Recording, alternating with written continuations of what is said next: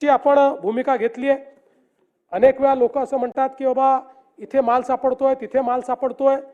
याचं कारण आहे की एक मोठं इंटेलिजन्सचं नेटवर्क तयार झालंय। केंद्र सरकारने आता सगळ्या राज्यांना एका पेजवर आणलंय। सगळे राज्य इंटेलिजन्स शेअरिंग करतात।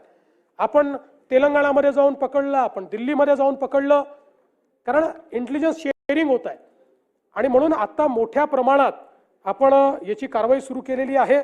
आपण जर विचार केला तर साधारणपणे यामध्ये हजारो कोटी रुपयाचं ड्रग्स हे आपण पकडलेलं आहे। त्याची सगळी माहिती ती देत नाही आणि पकडल्यानंतर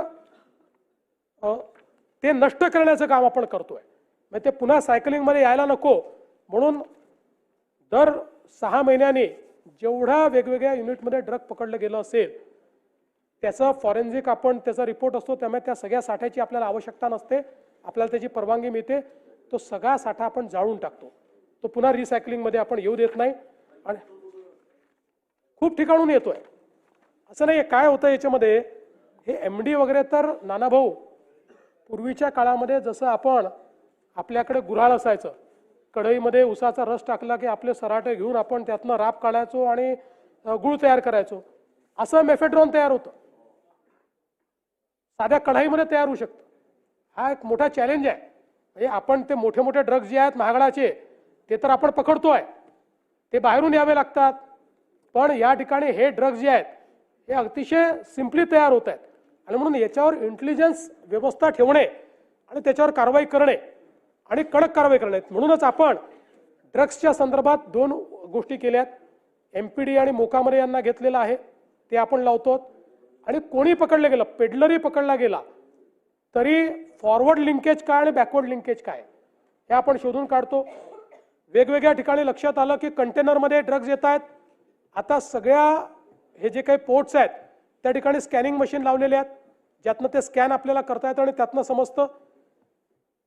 पोस्टाने पाठवतायत, आपलं वेगवेगळ्या प्रकारच्या पद्धती त्या ठिकाणी वापरतायत। तेही सगळ्या लोकांना आपण हे सांगितलेलं आहे की तुमच्यावर जबाबदारी आहे। तिथे भेटी देऊन तिथली सिस्टीम जी आहे ती सॅनिटाईज करण्याचं काम आपण केलेलं आहे। मोठ्या प्रमाणात जाणीव जागृती होते आणि विशेषतः ज्या पोलिसांनी याच्यामध्ये डायरेक्ट इनडायरेक्ट सहभाग घेतला असेल त्या पोलिसांना आपण बडतर्फ केलेलं आहे, त्यांना सस्पेंड केलेलं नाही। थेट 311 खाली आपण त्यांना बडतर्फ केलेलं आहे, हे देखील या निमित्ताने मला सांगायचं आहे। यासोबत काही अजून वेगवेगळ्या गोष्टी आपण मांडलेल्या आहेत। मी आता त्या सगळ्या गोष्टी आपल्यासमोर म्हणजे काही महिला अत्याचाराचे विषय ते देखील आपल्यासमोर ठेवले आहेत। भ्रष्टाचाराच्या संदर्भात मुद्दे मांडल्यात। खरं म्हणजे महाराष्ट्रामध्ये आपण मोठ्या प्रमाणात गेले काही वर्ष सापळे तयार करतो। आज आपण बघितलं तर जेवढ्या सापळ्याच्या कारवाया देश विदेशातील प्रत्येक घडामोडींचे लाईव्ह अपडेट मिळवण्यासाठी आता साम टीव्हीच्या सर्व सोशल मीडिया प्लॅटफॉर्मला लाईक, फॉलो आणि सबस्क्राईब करा। तसंच सर्व नोटिफिकेशनसाठी बेल आयकॉन प्रेस करायला विसरू नका।